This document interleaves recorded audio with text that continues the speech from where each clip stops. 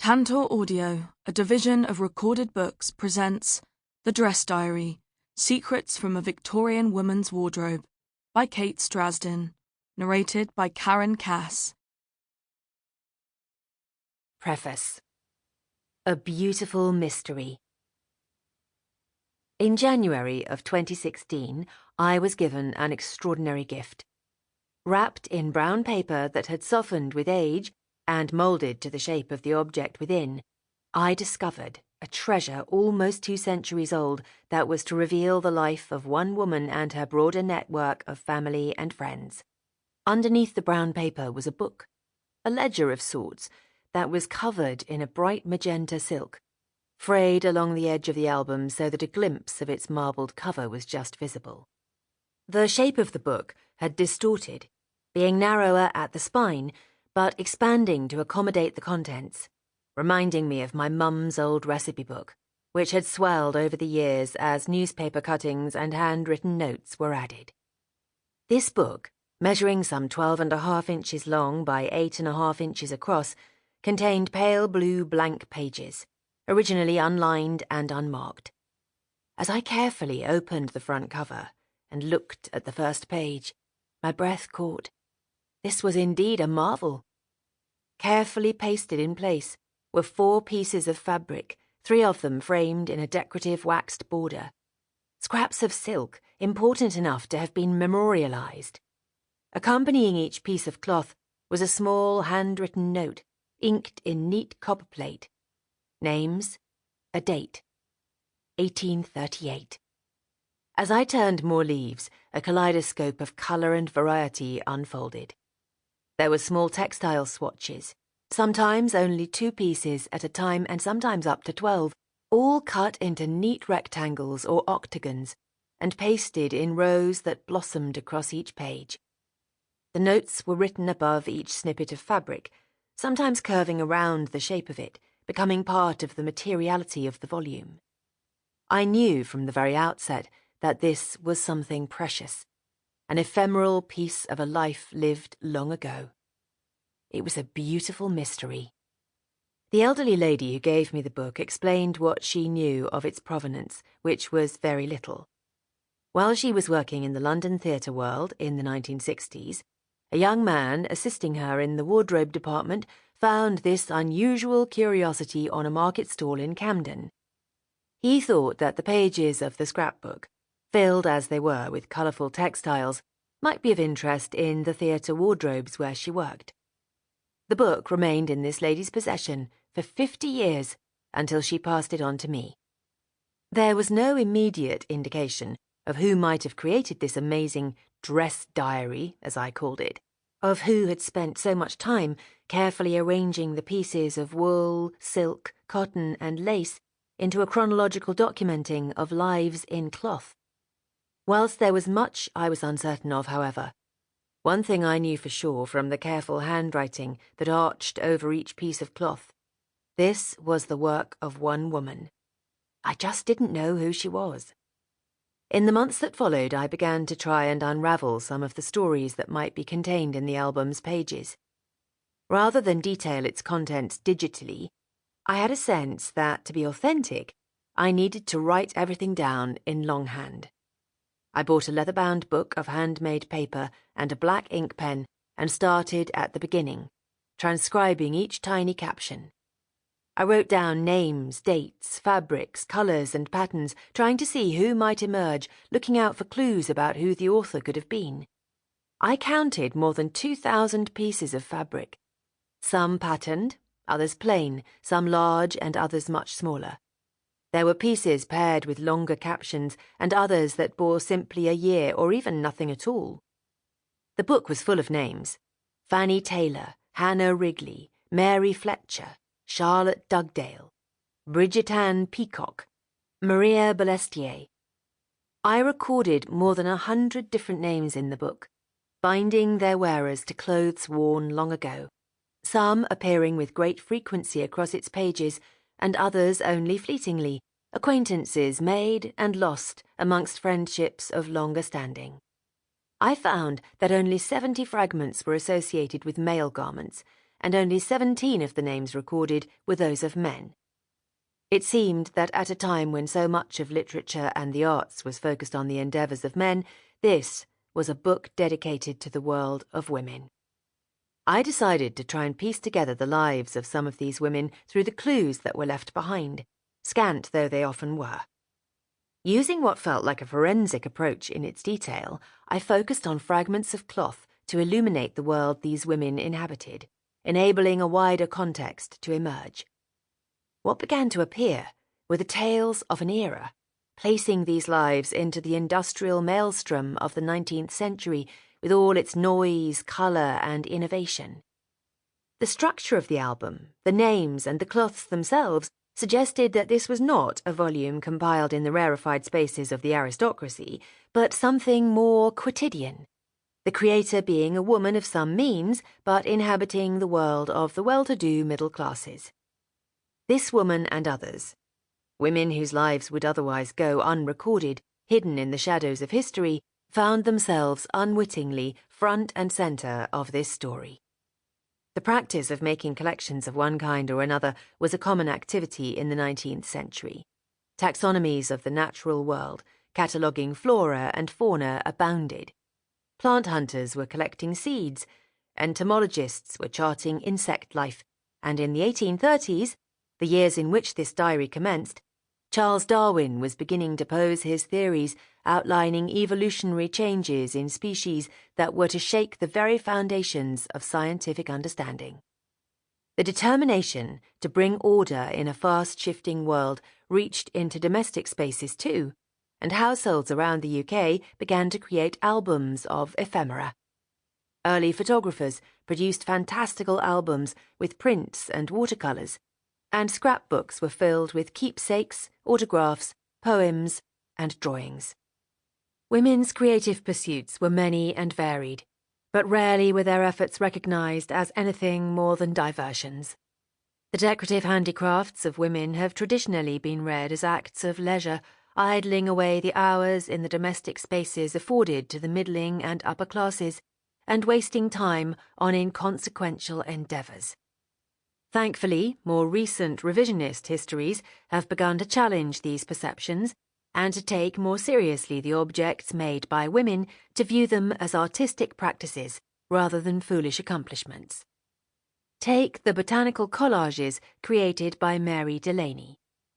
At the age of 72, Mary, whose colourful life up to that point had included friendships with Jonathan Swift, George Friedrich Handel, and the great social commentator of the day, William Hogarth, embarked on a project that would become her legacy. She watched one day as a geranium petal fell to the floor and felt compelled to replicate the fragile petal in paper, carefully cutting out its replica. She repeated the process until she had created a life-size collage of the plant, which she called a flower mosaic. She then arranged the cutouts onto a piece of black paper and pasted them on. So lifelike was the result that her friend, the Duchess of Portland, proclaimed that she could not tell the real flower from the paper one.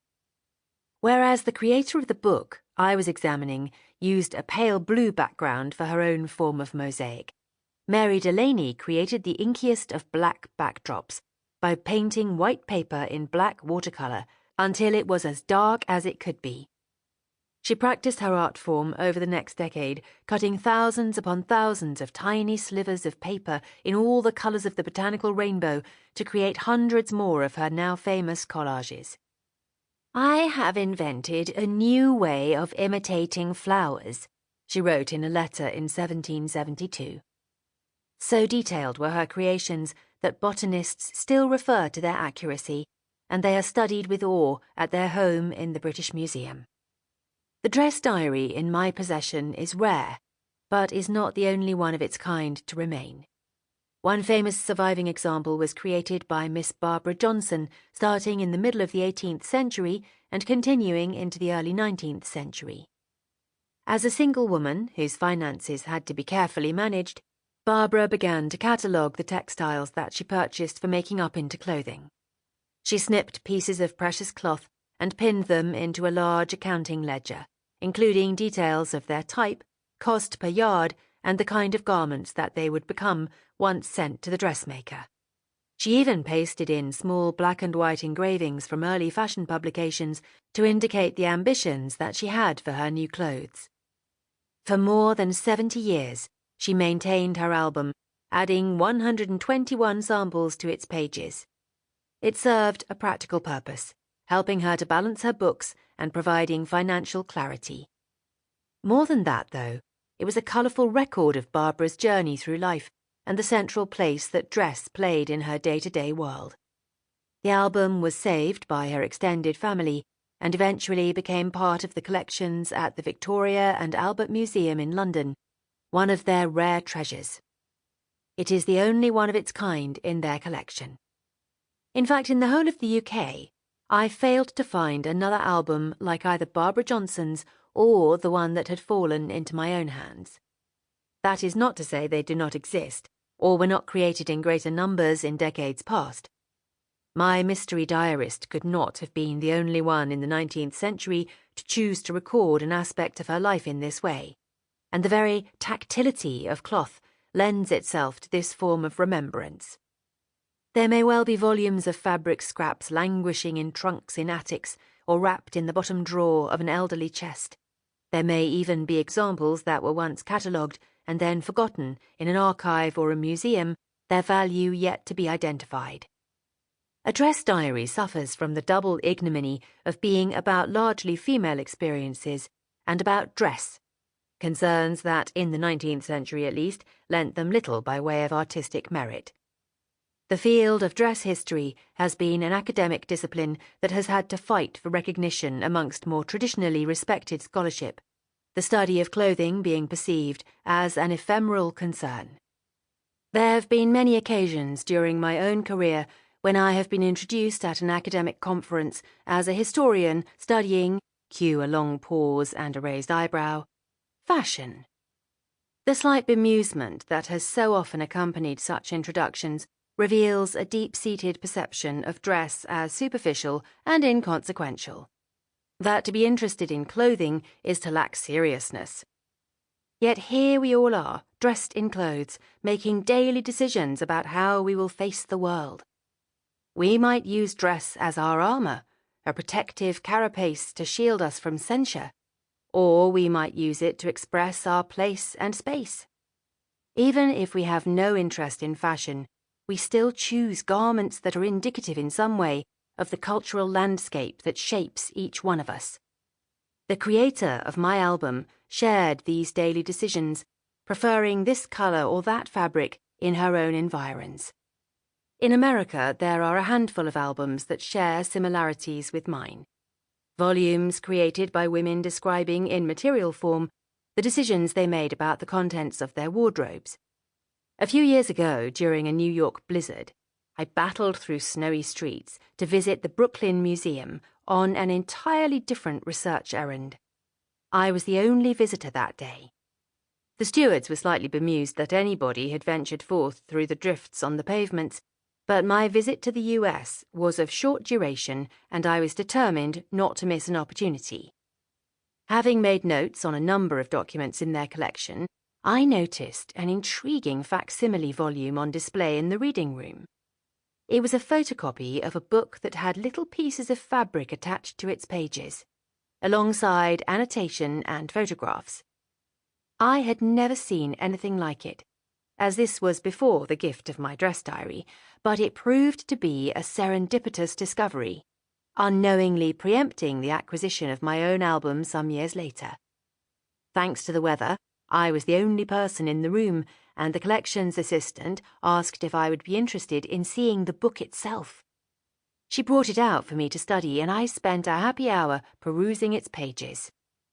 The album had been created by a woman named Ida Jackson, who was born in Cazenovia in New York in 1855, and her album was a personal journey charting her own life from scraps of her childhood to her adult years.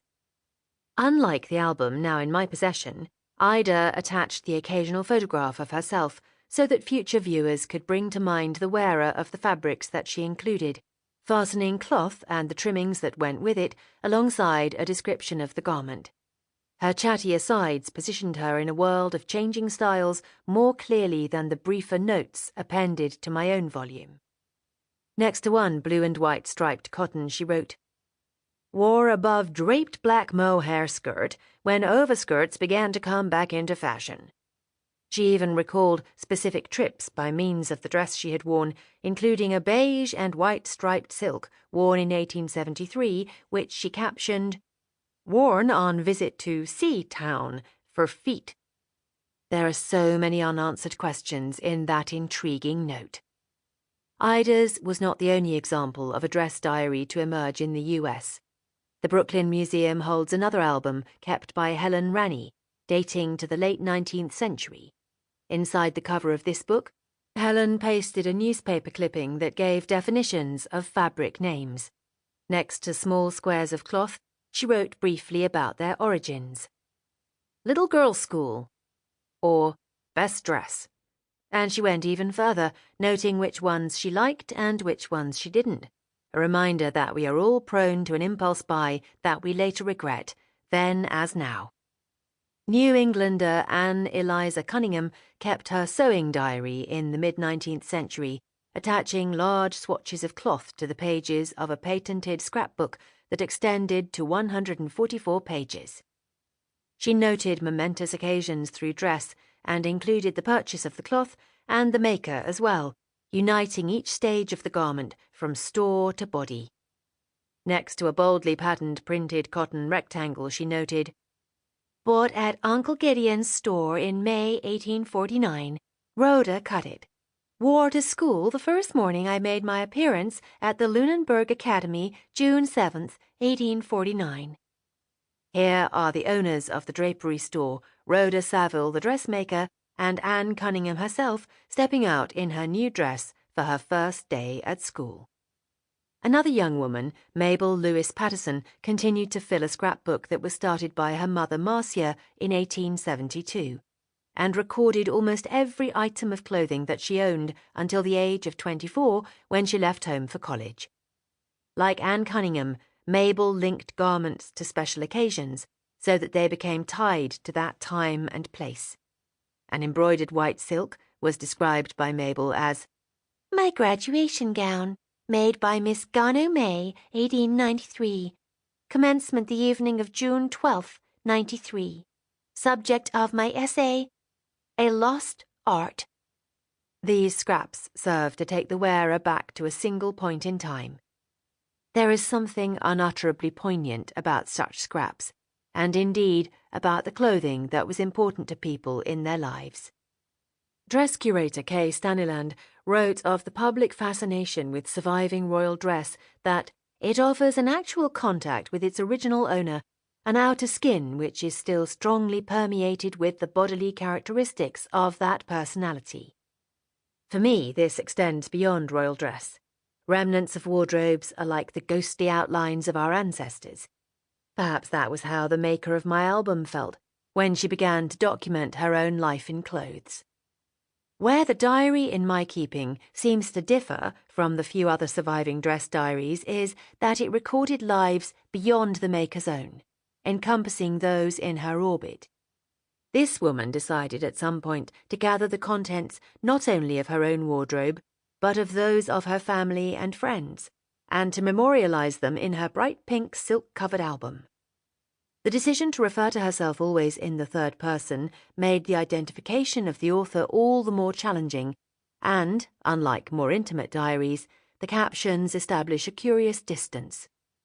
Perhaps the point was to try and archive the fabrics objectively, rather than making this a personalized object. It is difficult to establish what her motives were. One caption alone hints at a strategy of collecting, inked above a woven silk picture of Queen Victoria and Prince Albert. The note reads, "Mr. McMicking's contribution to this book given to him by one of the gentlemen of the French Embassy to China." Her note suggests that she was actively sourcing textiles for her book, casting her net far and wide to find interesting additions to its pages.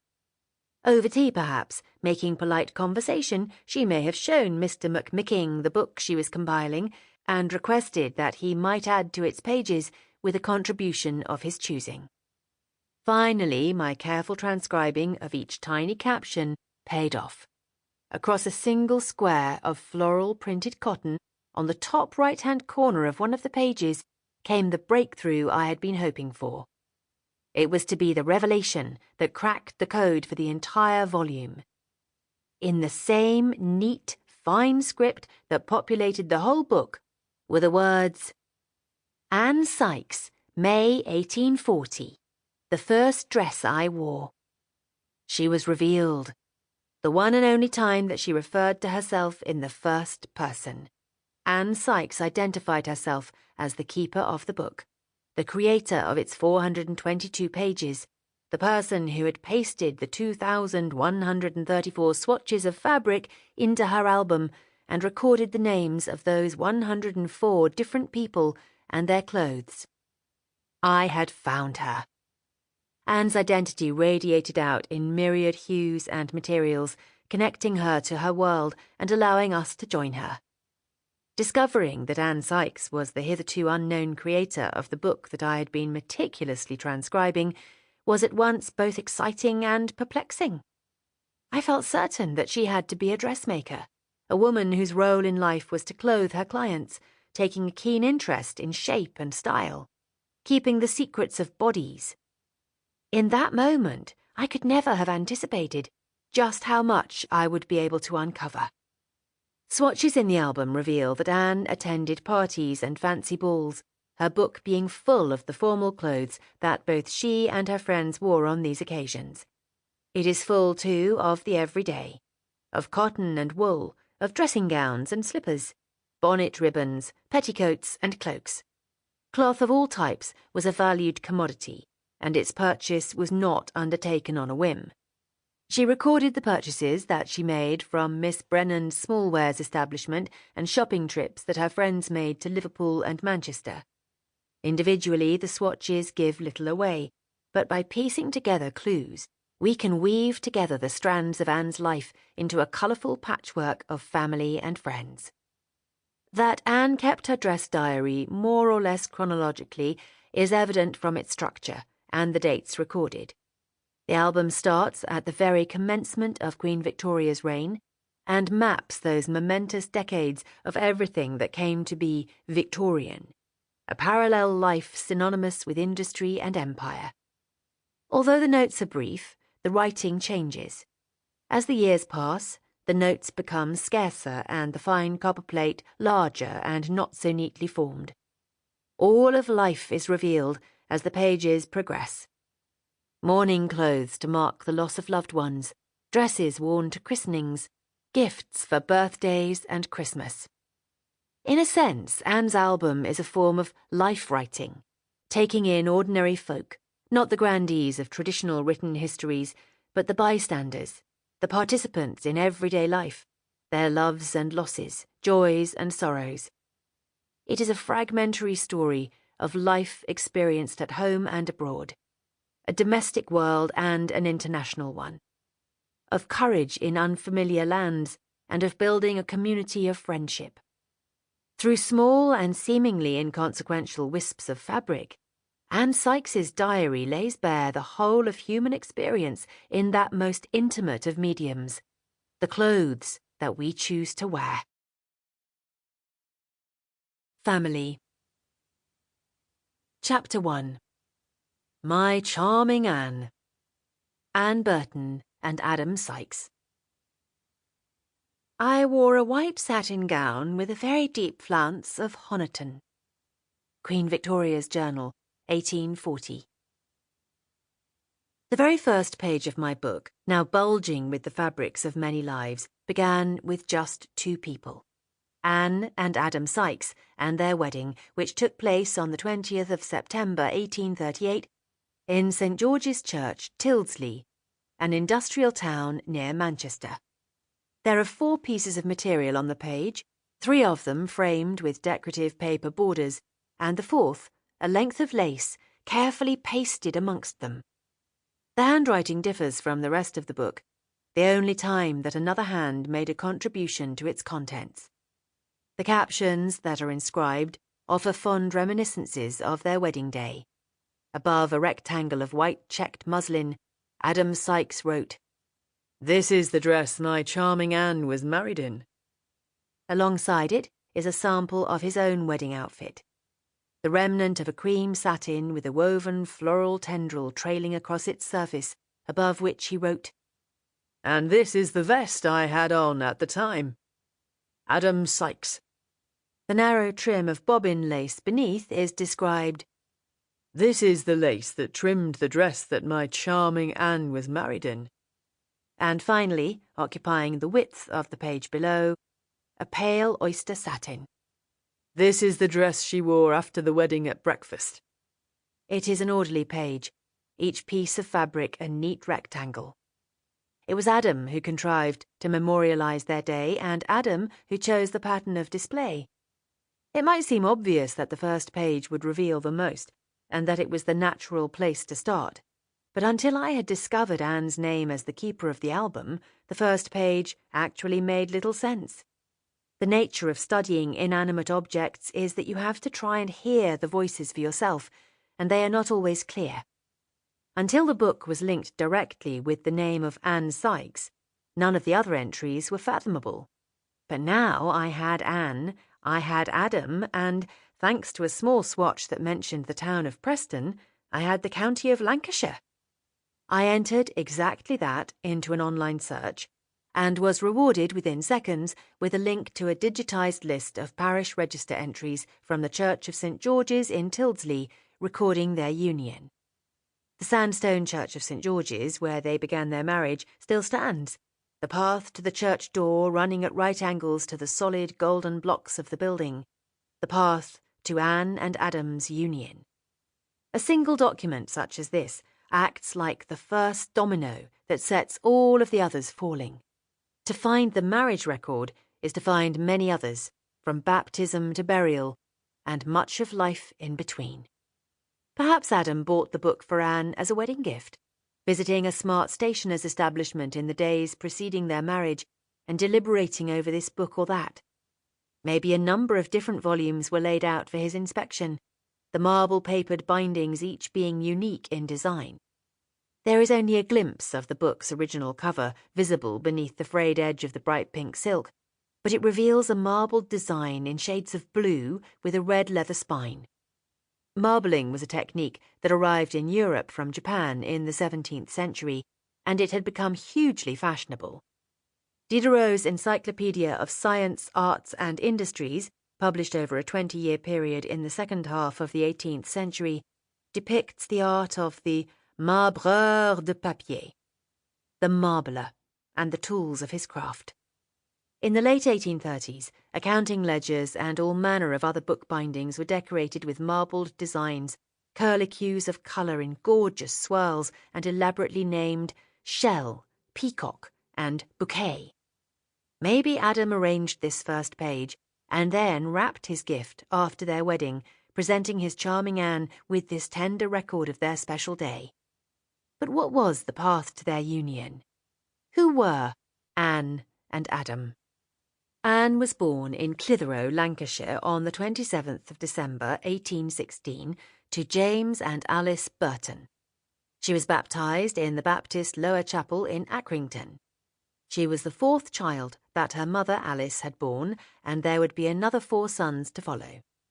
Already then, Anne arrived in a household whose nursery was busy with an older sister aged 8, a brother aged 7, and another sister aged 5.